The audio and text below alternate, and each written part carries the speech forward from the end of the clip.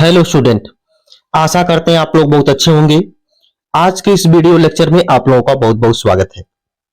हमारी जो 2026 की महत्वपूर्ण प्रश्न की जो सीरीज चल रही थी, इसमें आज के इस वीडियो लेक्चर में हम आपको कार्बनिक रसायन यानी ऑर्गेनिक केमिस्ट्री का जो पहला चैप्टर है, जिसका नाम है हैलो एल्केन एवं हैलो एरीन, इसके इंपॉर्टेंट क्वेश्चन के बारे में आज हम आपको बताने वाले हैं। इसके पहले हमने फर्स्ट पेपर का यानी इनऑर्गेनिक केमिस्ट्री यानी अकार्बनिक रसायन का जो भी चैप्टर है, पांचों चैप्टर, उसका महत्वपूर्ण प्रश्न हमने बता दिया है।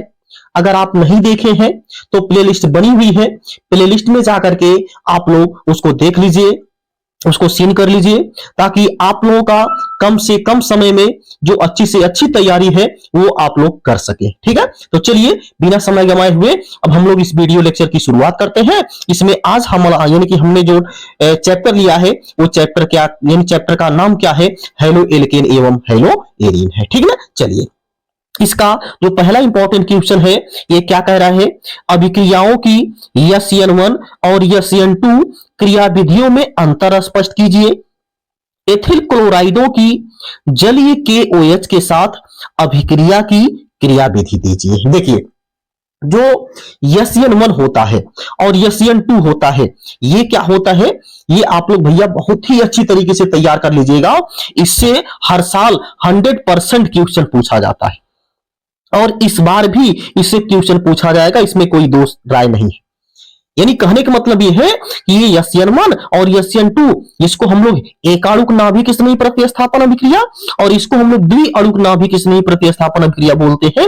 ये आप लोग एकदम बेहतरीन तरीके से तैयार कर लीजिएगा, इसमें आपका कोई भी डाउट नहीं रहना चाहिए। इसको आप इतनी अच्छी तरीके से तैयार करिए, क्योंकि इससे भैया 100% क्वेश्चन यानी कि पूछा जाएगा। और आप लोग अगर नहीं तैयार किए हैं तो आप लोग समझ सकते हैं आप लोगों का कितना बड़ा नुकसान हो जाएगा। ठीक है, तो आप लोग इसको अच्छी तरीके से तैयार कर लीजिएगा। ठीक, चलिए अब हम लोग चलते हैं दूसरे क्वेश्चन की तरफ आगे।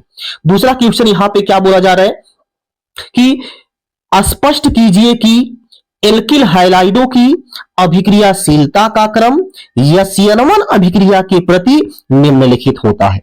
यानी जो SN1 अभिक्रिया होती है, इसकी अभिक्रियाशीलता का जो क्रम होता है वो 3 डिग्री होता है, यानी तृतीयक होता है, यानी 2 डिग्री होता है द्वितीयक जिसको हम लोग बोलते हैं, और प्राथमिक होता है, यानी सबसे ज्यादा इसकी क्रियाशीलता SN1 की होती है वो होती है 3 डिग्री के लिए। किसके लिए? 3 डिग्री के लिए होती है, यानी कि तृतीयक एल्कोहल के लिए होती है। ठीक ना, ये जो तृतीयक एल्कोहल है इसको हम लोग क्या बोल देते हैं भैया, 3 डिग्री बोलते हैं। और ये जो द्वितीयक एल्कोहल होता है इसको हम लोग क्या बोलते हैं, 2 डिग्री बोलते हैं। ये जो प्राथमिक एल्कोहल होता है इसको हम लोग प्राथमिक हैलो एल्केन होता है इसको हम लोग क्या बोलते हैं, 1 डिग्री बोल देते हैं। तो जो SN1 अभिक्रिया है इसकी क्रियाशीलता का ऑर्डर ये होता है, इसके बारे में आपको क्या करना है, याद कर लेना है, इसके बारे में आप लोग को इस क्वेश्चन में समझाना है, यही इस क्वेश्चन में पूछा गया है। ठीक है, चलिए अब हम लोग चलते हैं अगले क्वेश्चन की तरफ आगे। अगला क्वेश्चन यहां पे क्या बोला जा रहा है कि क्या होता है जब केवल रासायनिक समीकरण दीजिए। देखिए इस टाइप का जो क्वेश्चन है ये 100% एग्जाम में पूछा जाता है, तो इसको आप लोग इस टाइप का जो क्वेश्चन होता है इसको आप लोग क्या करिएगा, बेहतरीन तरीके से तैयार कर लीजिएगा। क्या है, जैसे यानी कि पहला क्वेश्चन यहां पे बोला जा रहा है, क्लोरोफॉर्म को एसीटोन के साथ क्षार की उपस्थिति में गर्म करते हैं। यानी क्लोरोफॉर्म को हम लोग क्या करते हैं, एसीटोन के साथ क्षार की उपस्थिति में जब गर्म करते हैं तो क्या होता है, इसका क्या करना है, केवल रासायनिक समीकरण आप लोगों को दे देना है। ठीक है, और इसी में दूसरा पूछा गया है, एथिल ब्रोमाइड पर सोडियम इथॉक्साइड की अभिक्रिया होती है। मतलब सोडियम ब्रोमाइड पर एथिल ब्रोमाइड पर सोडियम इथॉक्साइड की अभिक्रिया करवाई जाती है तो क्या होता है, क्या बनता है, आपको क्या करना है, इसका भी रासायनिक समीकरण दे देना है। ये भी इसमें इंपॉर्टेंट क्वेश्चन हो जाता है। ठीक है ना, अब एक चीज आपको ध्यान देना है, क्या ध्यान देना है कि जो भी हमने यहाँ पे रिएक्शन लिखा है, रिएक्शन दिया है, अब कोई जरूरी नहीं है कि यही का यही क्वेश्चन आप लोगों के एग्जाम में पूछ लिया जाएगा, नहीं, हम पहले ही बोल दे रहे हैं यही क्वेश्चन नहीं पूछा जाएगा, लेकिन हाँ इससे रिलेटेड भैया क्वेश्चन आपका 100% पूछा जाएगा। जो हमने यहाँ पे जिस आधार पर हमने क्वेश्चन बनाया है, जिस टॉपिक पर हमने क्वेश्चन बनाया है, ये टॉपिक आपके एग्जाम में 100% पूछने वाली है। इस टॉपिक अगर आप तैयार कर लेते हैं तो आप लोगों का इस चैप्टर से कोई भी क्वेश्चन छूटने वाला नहीं है। ठीक है, चलिए अब भैया हम लोग अगले क्वेश्चन की तरफ आगे बढ़ते हैं। अगला क्वेश्चन यहाँ पे बोला जा रहा है कि निम्नलिखित पर संक्षिप्त टिप्पणी लिखिए। इसमें टिप्पणी लिखने के लिए भी आता है और टिप्पणी में जो इंपॉर्टेंट रिएक्शन होती है वो हमने लिया है। ये भी आप लोग क्या कर लीजिएगा, अच्छी तरीके से तैयार कर लीजिएगा। जैसे जितनी भी नेमिंग रिएक्शन होती है, जैसे आपका ऊर्जा अभिक्रिया है, ऊर्जा फिटिंग अभिक्रिया है, नाइट्रीकरण है, सल्फोनीकरण है, एल्कीलीकरण है, ठीक है, फ्रीडल क्राफ्ट एल्कीलीकरण है, तो ये सब क्या होता है, नेमिंग रिएक्शन है। और ये सब एग्जाम में हर हाल में पूछा जाता है, अल्टरनेट करके पूछा जाता है। जैसे मान लीजिए पिछले साल अगर पूछ लिया था आपका उलमान अभिक्रिया, सैंडमायर अभिक्रिया, ठीक है, तो इस बार हो सकता है ऊर्जा अभिक्रिया, नाइट्रीकरण, ये सब पूछ ले। मतलब कि कोई ना कोई क्वेश्चन नेमिंग रिएक्शन से पूछा जाता है। तो नेमिंग रिएक्शन जितनी भी होती है उसको भैया आप लोग बेहतरीन तरीके से तैयार कर लीजिएगा, ठीक है। चलिए, तो ये था पहला हमने लिया था उलमान अभिक्रिया, दूसरा सैंडमायर अभिक्रिया, तीसरा ऊर्ज अभिक्रिया या ऊर्ज फिटिंग अभिक्रिया भी होता है, ठीक है ना। घाव का हमने लिया है नाइट्रीकरण, या इसी को यानी कि नाइट्रीकरण और सल्फोनीकरण, ये दोनों अलग अलग है, ठीक है ना। हाँ, तो इसको भी आप लोग अच्छे तरीके से तैयार कर लीजिएगा, ठीक। चलिए, अब हम लोग अगले क्वेश्चन की तरफ आगे बढ़ते हैं। अगला यहाँ पे बोला जा रहा है एकाणुक निराकरण अभिक्रिया क्या है, इसको क्रियाविधि सहित समझाइए। एकाणुक निराकरण अभिक्रिया, जिसको हम लोग यहाँ पे क्या बोलते हैं, E1 बोल देते हैं, ठीक है ना। एक होता है एकाणुक निराकरण अभिक्रिया और एक होता है द्विअणुक निराकरण अभिक्रिया। द्विअणुक निराकरण अभिक्रिया को हम लोग क्या बोलते हैं, E2 बोल देते हैं। इसको इंग्लिश में इलिमिनेशन रिएक्शन बोला जाता है, ठीक है। यानी कि E1 और E2 को, E1 को क्या बोला जाता है, यूनिमॉलिक्यूलर यानी कि यूनिमॉलिक्यूलर यानी कि इलिमिनेशन रिएक्शन, और E2 को बोला जाता है बाईमॉलिक्यूलर इलिमिनेशन रिएक्शन। तो ये दोनों आप लोग तैयार कर लीजिएगा, E1 और E2, इससे भी क्वेश्चन जो कि पूछा जाता है, ठीक। चलिए, इसके बाद ये आपको ध्यान देना है, ये हमने यहाँ पे जो क्वेश्चन टाइप कर दिया है, थोड़ा सा मिस्टेक हो गई। मिस्टेक का मतलब ये है कि अगले चैप्टर से क्वेश्चन पूछ लिया गया है, ठीक है ना। जो एल्कोहल, फिनाल और ईथर है, इस वाले चैप्टर से हमने क्वेश्चन पूछ लिया है, तो आप लोग थोड़ा सा इसको ध्यान दीजिएगा। ये आपके अगले चैप्टर में है, इस चैप्टर में आपको नहीं मिलेगा, तो आप लोग परेशान ना होइएगा, ठीक है। चलिए, अब हम अगले क्वेश्चन की तरफ आगे बढ़ते हैं।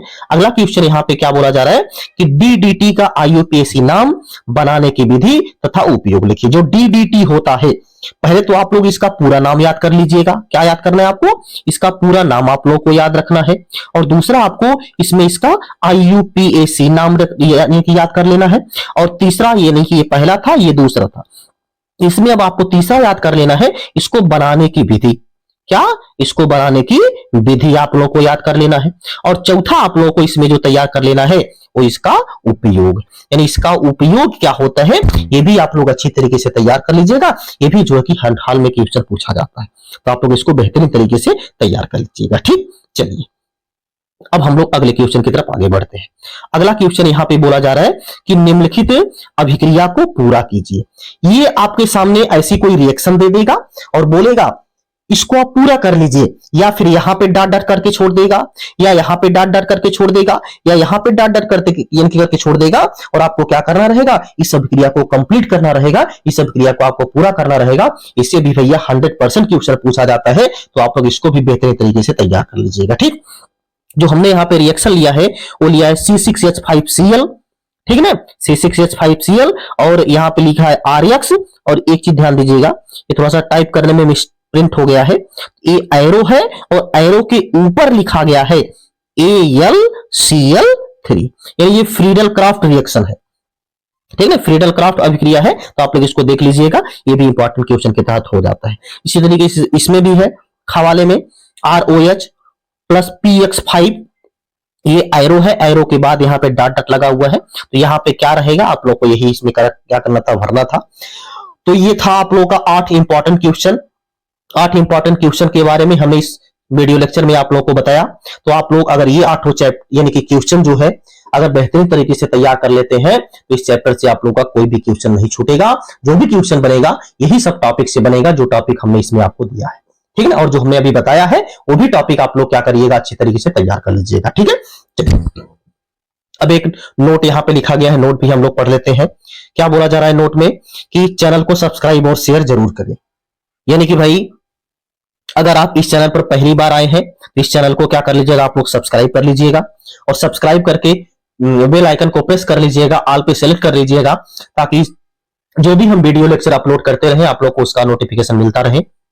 और आप लोग एक काम करिएगा, ये जो वीडियो लेक्चर है अपने सभी सहपाठियों के साथ शेयर कर दीजिएगा और उनसे भी बोलिएगा कि वो सभी क्या करेंगे, अपने सहपाठियों के साथ शेयर कर देंगे, ठीक है।